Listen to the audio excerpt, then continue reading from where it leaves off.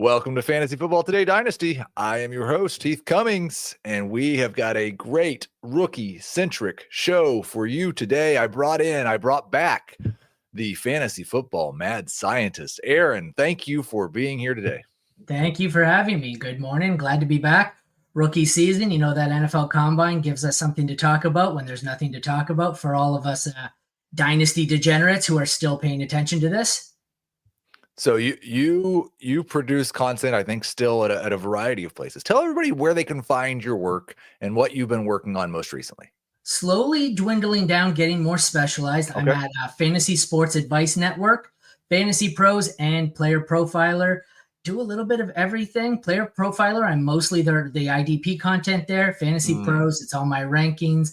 A lot of just weekly sleepers articles. And Fantasy Sports Advice Network, that's where most of my work is there.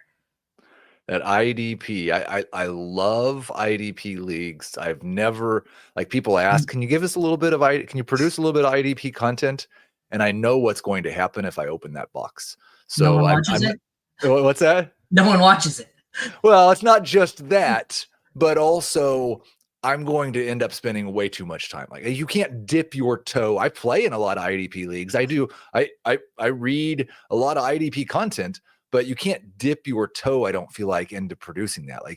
Just like everything else, there's such a learning curve each year with the classes. So I'm glad that you do it. I'm going to look forward to reading what you have to say about this class. And I'm going to lean on you guys for that. On today's show, we're going to talk about 2025 rookies. And the way we're going to do it is basically a 2-man, 2-round rookie mock draft. It would be Superflex. Do you want to be tight end premium? Yes or no? Your call. Yeah, that's mostly what I play in. Superflex, tight end premium. We will, and that makes it, I think it makes it a little easier to go 2 rounds also before the draft. We can throw some tight ends in there at the end. And they're going to catch passes. But before we do that, of course, we always have 3 questions for our guest. And these will mostly be about the rookies also. Aaron, I want to just start with this more general question, not necessarily about this class. But how would you describe your prospect evaluation process? I do not confuse myself with an NFL scout or a GM. I am not a film buff. You know what? Rick Spielman, what is that for with the first pick? I love listening to him. I watched, the film. I see some things, but I don't get, all the little nuances, and I'll listen to him and I'm like, I didn't even know that. So I kind of blend his film aspects with my own, basically I'm a spreadsheet warrior. I'm the numbers guy. I'm a number cruncher. I can tell you a ton about fantasy football. My spreadsheet has a mix of, their size and physical attributes, the college production, some of the combine numbers that I think matter. And basically the most important at the end is draft capital and landing spot. Kind of form it all for one big spreadsheet full of check boxes. And that kind of gives me my rankings from there. And like I said, from there, if I have something that's really glaringly off, I'll consult the experts for film grades, which I am not. And we will have over the next 2 months. Listen, if you've been listening to this show for the last 2 years, it kind of started during draft season. And I like to bring in a wide variety of guests. And some people are going to come on here and they're going to be film experts. And some people are going to come on here and they're going to be spreadsheet warriors. I've talked about myself. I know that in content, this whole aggregator idea gets a bad name right now because of where the direction that's gone. But I think that is probably how I would describe myself as a prospect analyst, is there are so many really smart people doing good things with both spreadsheets and film. And I just want to consume as much of it as I can. And then I'll put together my rankings kind of based on that. It's certainly not a consensus, because there's certain guys that I'll listen to a little more than others.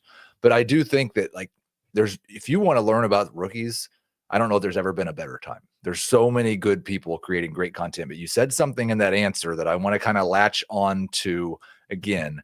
Because you said you put a few numbers in there from the combine, the things that you think that matter. What matters? What should people actually care about from the combine? We were talking a bit about this before the show. The combine's turning into the NBA All-Star game. The guys you want to see don't do the events you want them to do. In the end, it's something to talk about.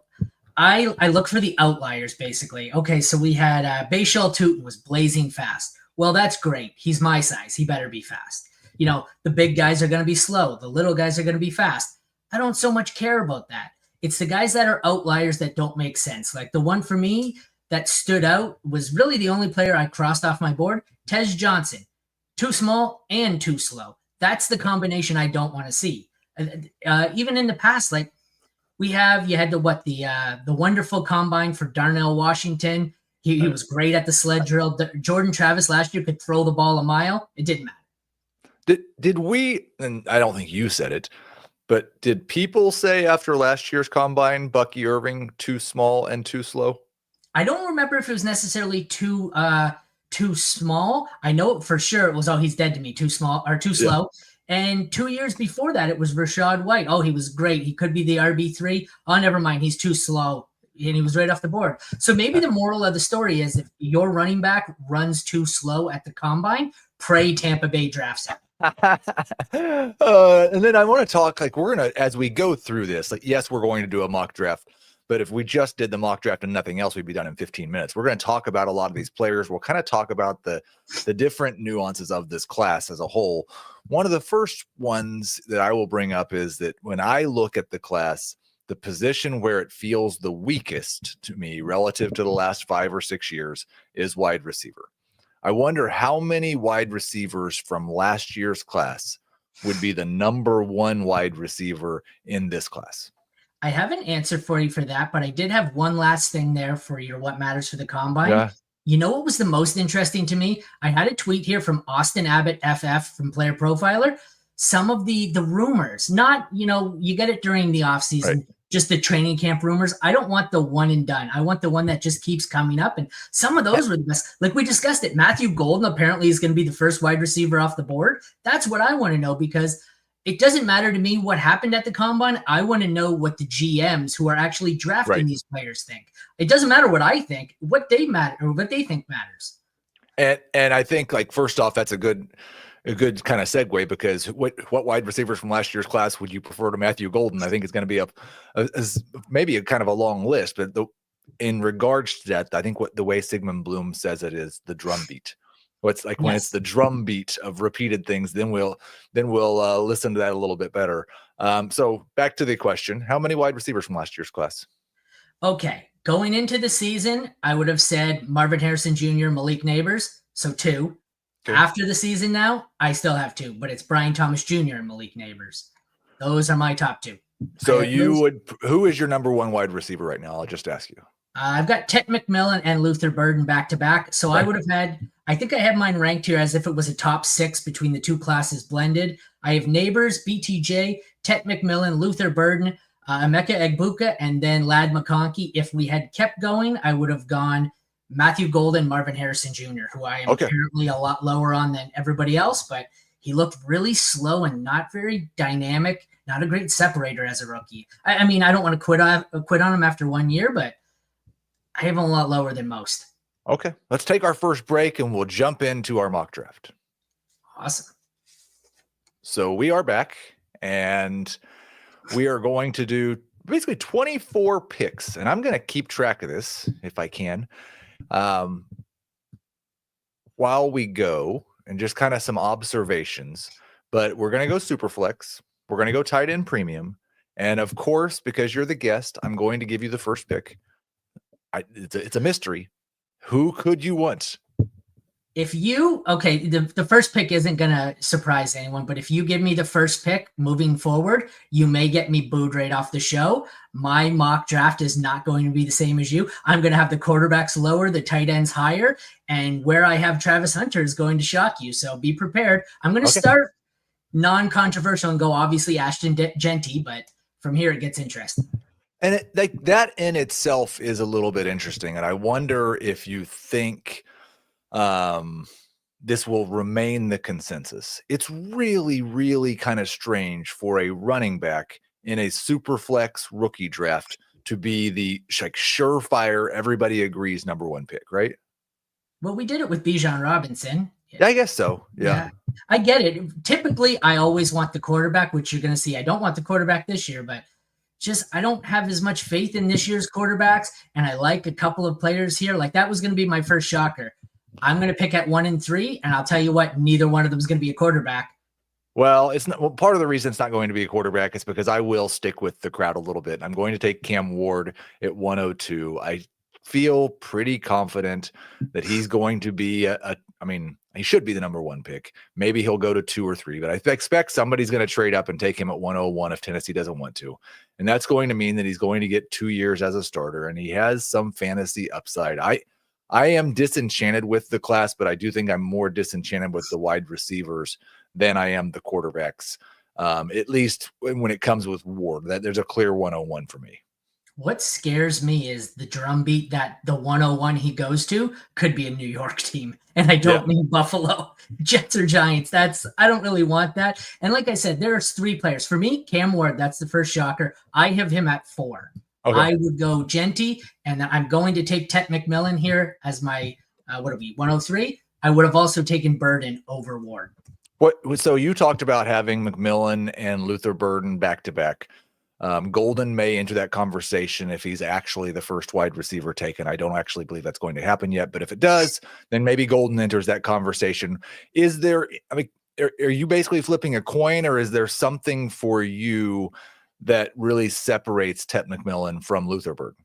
Size for Tet McMillan and projected draft capital. I think Tet goes top 12. I think Luther also goes first round, but at this point, they might be the wide receiver 2 and 3 off the board if you believe the Matthew Golden hype. But for me, that's what it is. It's size and projected draft capital. If Burden goes first, significantly higher, maybe I'll have to revisit this. But for now, it's Tet.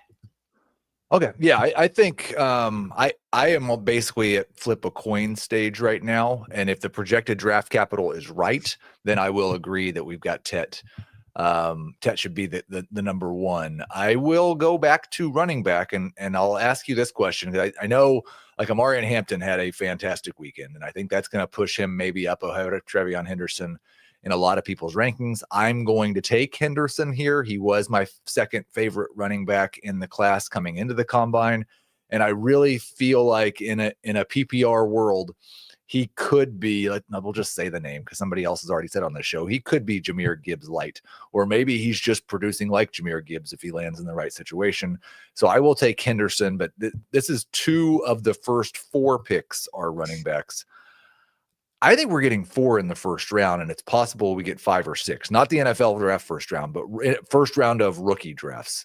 Last year we had 0. Is that just a product of this? Do you agree that this isn't like an elite running back class and a little weaker class at wide receiver? Yeah, quarterback class is weaker too. I have 4 in the first round of rookie drafts as well.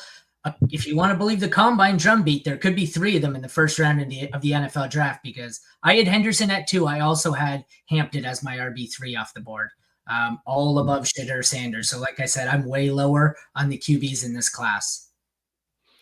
So we've got 2 running backs off the board. We've got Cam Ward off the board. We know you're not taking Shedeur Sanders. Is it Luther Burden time with the 6th pick? It absolutely is. But like I said, I had QBs at 4 and 8 here. So I am, everyone thinks I'm crazy. I'm significantly lower on the quarterbacks. I put Cam Ward as the absolute 4, I think is the absolute lowest I could have put him without people calling me absolutely out of my mind. But if I was on the clock and I wasn't QB absolutely desperate, I could have made a case for Ekbuka, Hampton, or Henderson. But in the end, like I said, I left him at 4 because I didn't want to get too spicy. Yeah, I'm going to kind of lean into this running back idea with my team. And it's a tough, I think, tier of at least 3. We'll talk about Travis Hunter probably a little bit later in the show. Could be 4, because if Travis Hunter goes 2nd or 3rd overall and the team says we're playing him 100% of the time at wide receiver, it's going to be a really interesting conversation.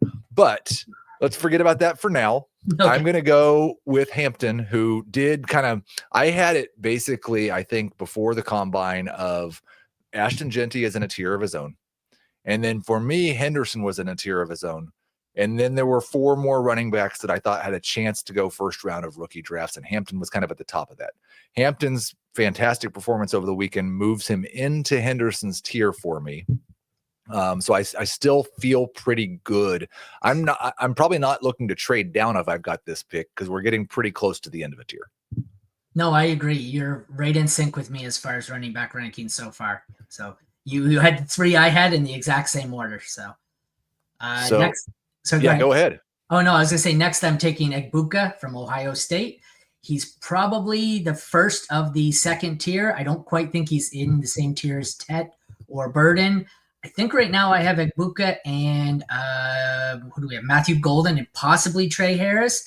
And then from there, I think we're falling off a cliff if you believe in Trey Harris. So I wonder, when you look at the wide receivers here at the top, and I talked about this a couple of weeks ago, that like I don't really have any concerns about Ted McMillan, except if you are looking at the archetype of the wide receivers who have busted, they look a lot like Ted McMillan. Yeah. They are. It's the big, supposed to be the new Calvin Johnson, who is actually just a bust. And I think there's every reason to wonder, like with Luther Burden, to draft him in round 1 or to draft him this early in a rookie draft, you really have to believe that Missouri underused him and that he has many more skills available to him than what they were able to show due to their quarterback play. Is it possible? Is it possible that Egbuka is actually, well, maybe he doesn't have the upside of those two, is actually the safest of these 3 rookie wide receivers? He's the most likely to be good. That's the exact thing I was going to say. I think he's the most likely to be good. He's the safest. Ted McMillan, you said it perfectly. He's either going to be basically a Hall of Famer or he's going to be out of the league in 3 years. There seems to be no in between for this archetype. They are either awesome or they're terrible. There's no in between. Egbuka, like you said, lower ceiling, I think, but overall pretty solid. It's tough to really gauge some of these Ohio State wide receivers. Yeah. There's been 5 of them in 5 years, and every year we say the one that's coming out is the best of the 5. And at this point, I don't know who the best of the 5 is. Is it possible Garrett Wilson, JSN? I don't know. Yeah, no. So we've got the first 8 picks now: Ashton Genty, Cam Ward, Tet McMillan, Trevion Henderson, Luther Burden, Marion Hampton, Egbuka, and Shedeur Sanders will be the 8th pick. I don't want to make Aaron draft a quarterback. You're my guest. Thank you for being here. I will take Shedeur Sanders. Remember, we are tight end premium, so we might be moving into that tight end range very, very shortly, depending on which one of those you like the most. Is this the point? Like, these 8 players are gone. Are you happy to trade your first round pick for a 2026 first and just hope it's better? No. Okay. Like Shedeur Sanders would have been my pick at 8, but I'm still very content with if I have 9, 10, or even 11. I'd really like Tyler Warren's going to be my pick here. I'm very happy with that. 10, I think, is where it gets dicey. If Matthew Golden goes higher than expected, I'd also be willing to get in on him. Same can be said with Quinshon Judkins out of Ohio State. Right. If those 2 don't make it into high round 2, then probably I'd be looking to sell for my 10, 11, or 12. But if they go higher, I'd be happy with, like I said, Warren, who I'm taking here, or possibly Golden or Judkins. So one name you didn't mention, we got a question from the chat. We like to answer those when we can. Is Caleb Johnson up there? He didn't necessarily have a great weekend. He was one of those 4 backs in the tier with Hampton and Devin Neal and Judkins that I thought could jump into the first round of rookie drafts, depending on what happens in the NFL draft. Is he falling for you, or is he just a clear second round pick? Well, I had Genty as the obvious tier 1 for running back, then Hampton Henderson. My tier 3 is actually Judkins, Devin Neal, Caleb Johnson. With Ollie Gordon, I didn't like his combine. He's slowly falling out of there, but yeah, he. If you look, actually, if you could see my board, they are Neal and Caleb Johnson are the first 2 picks I have of the second round. So if the tight ends had, like, there probably could have been a tight end that really excited me and caused me to pick them here right now, but I'm actually going to take a wide receiver. I think Matthew Golden probably earned a first round selection. And I did like the profile a little bit more than most coming into the combine. And so if I get to the end of round 1, assuming he's a late first round pick, I'm going to feel pretty good about it. Yeah, absolutely. There are 2 more tight ends I actually still love. So Yeah. you'll see when I get to my round 2 of the board, it's all running backs and tight ends, and we'll forget wide receivers of position. So it tells you how quickly it falls off. So I think you got the last wide receiver I'd really be clamoring for in Matthew Golden.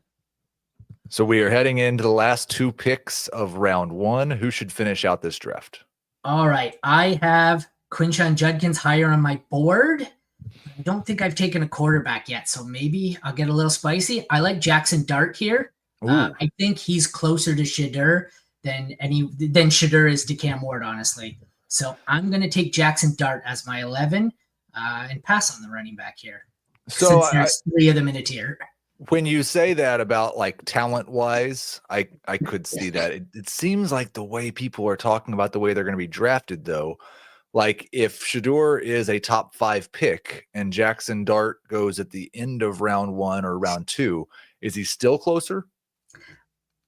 Another one of maybe me over believing the hype of the combine is, from what I hear, Shadur seems to be closer to the 10 to 12 range, and Jackson Dart, like you said, is probably going to push. I think he's going to end up high second round. Yep. I'd love it if he went day 1. Like I said, it's not necessarily that I think Dart is better than Sanders. It's that I'm getting him 3 picks later. If Sanders was available here, I'm taking Jackson Dart, but he's not available. So Dart's, I think, the solid QB3 for me off the board. So you did a little table talk earlier in the draft and talked about taking some tight ends with your second round pick. And so that's probably going to influence my decision here. Yes, it is. There was a lot this past weekend at the combine of, well, it wasn't good, but it wasn't so bad that I have to be out on him, which was exactly how I felt about Harold Fannin. I didn't really like it, but it's not that awful. I don't think you can overvalue his production. And assuming the right team takes him and plays him in the right role, I think he could absolutely be the best fantasy producing tight end in this class. He's not going to win near as many reps as a running blocker as Warren is, but I do really like Fannin's game, and so I will take him at the 112 in tight end premium. I essentially had Fannin tied with Colston Loveland, and between kind of a bad combine for Fannin and my absolute love for the Michigan Wolverines, I have Colston Loveland slightly higher. Admitted homer bias there, so I can see you going with Fannin though. Listen, no one can understand admitted homer bias than the guy with my current background. It's absolutely okay. Let's take our second break, and then we'll get to round 2 of the rookie draft. All right, we're back. It's round 2. Is it time to take Colston Loveland? No, it's time to take one of the 3 running backs I had, and this is where I find maybe if you could trade up to get an early second round pick, because I think these 3, like I said, Judkins, Neal, and Caleb Johnson are all probably in the same range for me.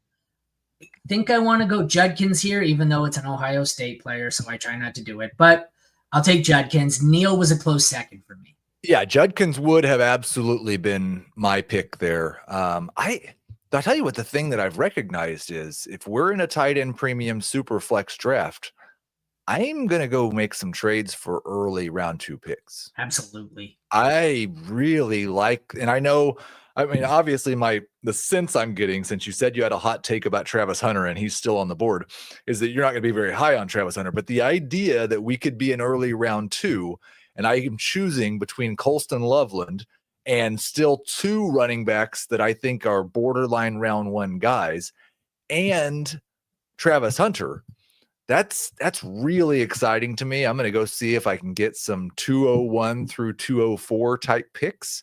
Right now, I think I will go ahead because it is tight end premium. No, I can't do it. I'm taking Caleb Johnson. Do you keep mentioning Travis Hunter to try and make an IDP guy's head explode? Is that what you're doing here? Because you are an IDP guy, I want to bounce my thoughts about Travis Hunter off of you. I am making it clear to my league, the one Dynasty IDP league that I am the commissioner of, that I am going to do everything in my power to make sure that Travis Hunter gets fantasy points for what he does on offense and defense. That's the problem. I have messaged several of these sleepers and haven't gotten a definitive response. In an IDP league, if I can get points simultaneously as a cornerback and a wide receiver, he is the most valuable player in possibly all of fantasy football in an IDP league. If you don't, and you can only pick one or the other, I don't want him. Like in this draft here, offense only, with the assumption I think he's going to be a cornerback. I don't have him in my top 2. He is my 3rd pick of round 3 behind Isaiah Bond. I think he's a cornerback. At this point, the argument for him being a wide receiver seems to be he could make more money if he's high end. I don't think he's going to be a high end wide receiver. I think he could be the best cornerback in the game. I think what he's going to be an elite shutdown corner who plays maybe 15% of the snaps at wide receiver. And I don't want to use a 2nd round pick on that. I could be absolutely wrong. He could just go after the money, become a wide receiver, but I could talk to you about Travis Hunter for hours. He's single-handedly making my head explode this offseason. It's so frustrating because it's like when Taysom Hill started being the tight end who played quarterback. Well, you don't know what to do.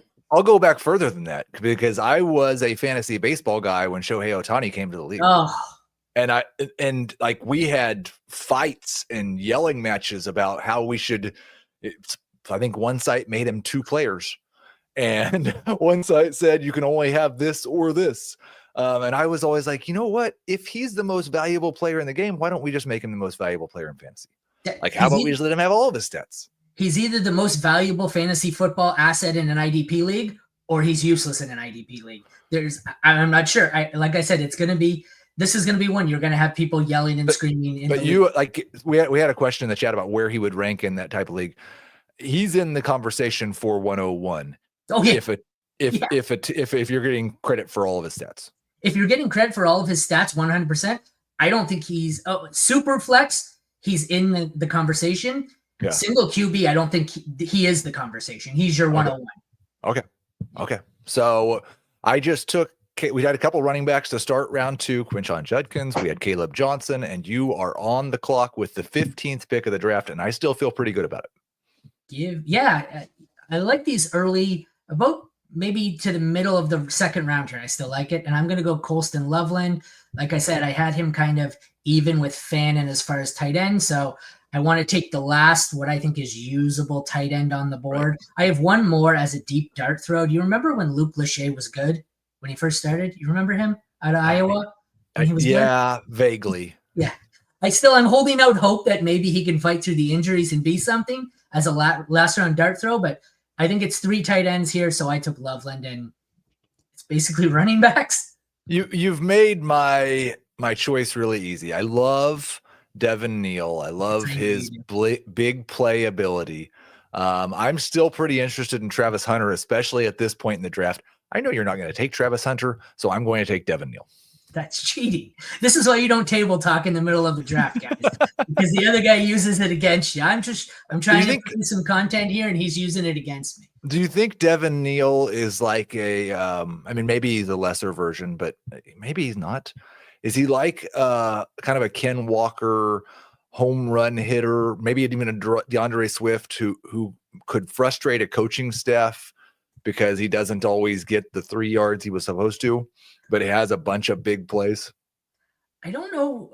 My comp for him, I don't know if you're going to love it or hate it. I had him as Tyjae Spears with a little more upside. Okay. I don't like that as much as Ken Walker. You love him or hate him, but that doesn't sound near as good as Ken Walker. Well, no, but I guess maybe the ceiling is Ken Walker and the floor is Tyjae Spears. Sounds great. Okay. I'll take that. All right. That puts me on the clock in kind of no man's land where I really start to not like as many. I take Trey Harris here, I guess. I don't love it. It's probably the last receiver that's this high up my board. It was either him or Ollie Gordon. I know I shouldn't table talk again, but Trey Harris it is. Yeah, and he was very popular at the Senior Bowl. Is that right?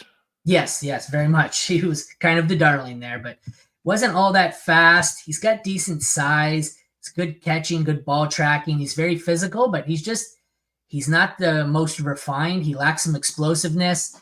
His routes aren't. Sorry, my child broke my computer chair, and I get shorter as it goes on. So I love that. That's absolutely. No, I don't. I'm already short. So. Yeah, well, I mean, obviously I'm cheating, but the 6th pick of round 2, the latest that Travis Hunter will be taken in any mock draft this entire, unless I guess if you do a one-man mock, then he will go later than this. But I've not seen him go any later than 18th overall. Travis Hunter. I'll ask this question. Try to frame it to where you have to say something positive about Travis Hunter. Like, you think he's awesome at football, right? Oh yeah, he's really awesome at football. So let's hypothetically, Travis Hunter falls to 7 or 8, and he's drafted, and they say, you know what? We're going to try to let him do what he wants to do and play both ways. We're going to try to let him be a full-time player. The reason he fell a little bit is because he wouldn't agree to not be a full-time player both ways. Travis Hunter is going to be a full-time wide receiver. Is this a steal? If he's a full-time wide receiver, it is. So we're assuming in that scenario, he's not playing corner at all? No. They're going to let him do what he says he wants to do. He's going to try to play both. Okay, so if he is a full-time wide receiver in offense-only leagues, he's a steal. He should be much higher. He's probably in the top 4 or 5 for me. In IDP leagues, he could be the one. There's plenty of scenarios where I love him and think he's a surefire 101. I just don't love his current scenario. Right. But I get that value-wise, if you can double count stats for him, that's great. It's also double the injury risk. And we're already playing dodge the injury for fantasy football all year. So in a league like we're drafting for right now, it's just offense only. Is it fair to say that his value could literally be the best wide receiver in the class if everything goes right, or fantasy irrelevant and droppable if everything goes wrong? Absolutely. Like he could be if he's only a wide receiver, he's a first round pick. He shouldn't be going, where are we, middle of the second round? Yeah, he's got the wide receiver 1 potential in this class. It's just there's too much uncertainty and too many concerns. But like I said, you don't have to convince me to say good things. I think he's a 101 overall potentially in the right scoring format. All right, so the first 6 picks of round 2 are Judkins, Johnson, and Loveland, followed by Neal, Harris, and Hunter. I shouldn't be using just last names. We're not that familiar with these guys yet, are we, listeners? Quinshawn Judkins goes first pick of round 2, then Caleb Johnson, the running back, Colston Loveland, the tight end, Devin Neal, the running back, Trey Harris at wide receiver, Travis Hunter at, can we just put him at athlete for now, is his position. We have 6 picks left, and now I'll just be honest with you guys who are listening, with Aaron, who's here with me.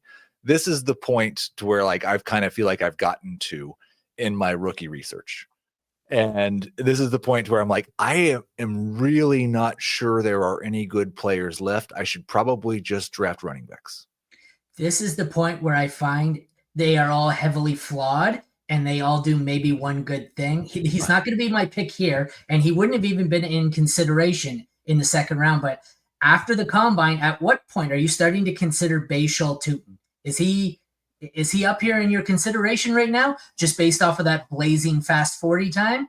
Or have you not got into the combine hype yet? I think I'm probably going to need the NFL to show me. I still feel like he's probably a day 3 pick. Oh yeah. And maybe a late day 3 pick. So I don't think he would get into my round 2 unless he gets he's a 4th round pick or something. Because I think how many running backs? You talked about there could be 3 in round 1 of this draft. Yeah. I think there could be 6 in the first 2 days, maybe 5. But by the end of round 5, there might be 15 running backs drafted. There are a ton of them. But you never know, though. That's the problem. Does the overwhelming buyer's market for rookie running backs lead them all to fall? Instead, we get Ashton Genty in the first round, and then maybe everyone passes until round 3. And instead of 5 day 2 running backs, we have 2 just because there's so many of them. Right. It's really an odd place to be. We're not used to having a plentiful running back class. No. This is odd. I don't know what to do. Well, what you can do right now is make the 19th pick of the draft. Going back to, I guess, another one of the running backs here, we'll go Ollie Gordon out of Oklahoma State. I hate you.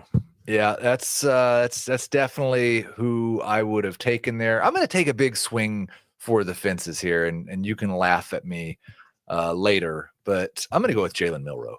That's who's next on my board, so I'm not laughing. No laughing. Then I don't actually believe that he's probably going to work out, but the upside's too high just in case in a super flex league where we're also talking about his rushing upside. So Jalen Milroe is the 20th pick of the draft, and we've got this is awesome. We're now getting, if Hunter plays 75-25 split, where should he be picked? Like we're going to do all of the different potential options for him. I would say 75-25 split means that he should be picked in the round 3. I was going to say, do you want him over Ollie Gordon, Fan, and any of the guys we've taken, knowing he's going to play 1 out of 4 snaps on offense? I don't. No, I agree. That puts me back on the board, doesn't it? Yes. Wow, are we in no man's land here? You've taken the last of the quarterbacks I really want outside of the dart throws. I like Isaiah Bond here. He's lightning quick. I just don't know if I like anything else about him. I guess I'm going to buy into that and hope maybe it's an Xavier Worthy type speed demon scenario here. So Isaiah Bond is my guy.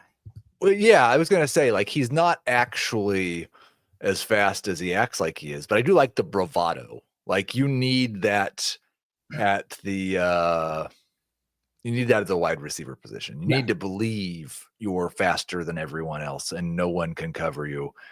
And I think I will go back to the tight end position and go with Mason Taylor, just hoping that in a tight end premium league, he can evolve into somebody who becomes a starter at the position and matters in fantasy football. It's a low bar, but this is like, I know we agree on who the top 3 tight ends are, but do you like this class outside? Is it a deep class also, or is it just a very good top 3? It's a very good top 3. Aside from that, like I said, I think there was a dart throw in Luke Lachey. I'm scrolling up to my tight end rankings here. I didn't really have anyone with all that much interest for me. It's basically the 3 of them. And unless someone really gets higher draft capital than expected, I don't have any of them in the top 3 rounds even. Right. Well, you are on the clock. What do we have? We have 2 picks left. I believe 2 each. And that was, someone in the chat said it, Cam Scatabo was my next pick. Going back to the running back well again. Kind of slow. Hasn't mattered in the past, I guess. So he's a bigger back. I typically find, I know the 40 time condemns some running backs where they die quick deaths here. He only ran a 4.62.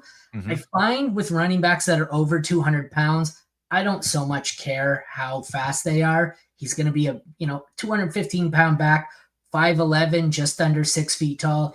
He's a pretty big back, so I don't so much care that he's not the fastest. No, I think that was a really good pick and kind of the name that was left. I'm going to ask you after I make the last pick if there's anybody out there that like we didn't draft that maybe we're going to get excited about. I'll take DJ Giddens, the running back out of Kansas State, just another running back from the class that maybe has 20 of them that would have been drafted last year. Are there any sleepers, anybody that you're hoping like becomes a thing by the NFL draft? I've still got, I could probably almost go another full round, just 3 or 4 at each position that good draft capital or a landing spot could help out. I've still got 3 quarterbacks I'd like to see: Will Howard, Quinn Ewers, Dylan Gabriel. Tight end, I said Luke Lachey. As far as running backs go, the only ones I had really were Dylan Sampson, Tootin, if he gets drafted higher than we thought. Right. Damian Martinez, Rocket Sanders, and Donovan Edwards. How can you not like Rocket Sanders? Yeah, that And was if your nickname's Rocket, you better be the he better be fastest guy there.